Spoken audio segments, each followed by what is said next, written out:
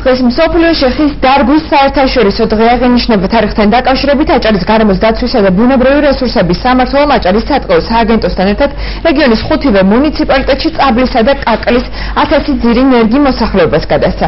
ნარგავები ბაღებისა და ტყის ფონდის ტერიტორიებზე დაირღვევა მცენარეები გარემოს დაცვის სამმართველოს, საჩუქრად გარემოს დაცვისა და მდგრადი განვითარების ხელშეწყობის ასოციაციამ თაბარმა გადასცა.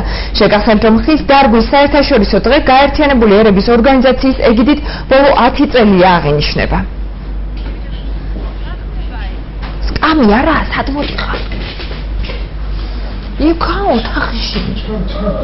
ისათვის ძალიანად აჭარის მასშტაბით 1000 ძირამდე ნერგი დაირღვევა. ახლა ამ წუთში ვიმყოფებით ახალ თემში, სადაც მოსახლეობას გადავცემთ 100 ძირ წაბლის ჯიშის ნერგს და 100 ძირ მიგოზის ჯიშის ნერგს. მნიშვნელოვანია ნაყოფი გაიზრდება ნაყოფს მოხსნებს და ახალგაზრდობას აწვევა ნაყოფით. მეტი გაგავაგეთ.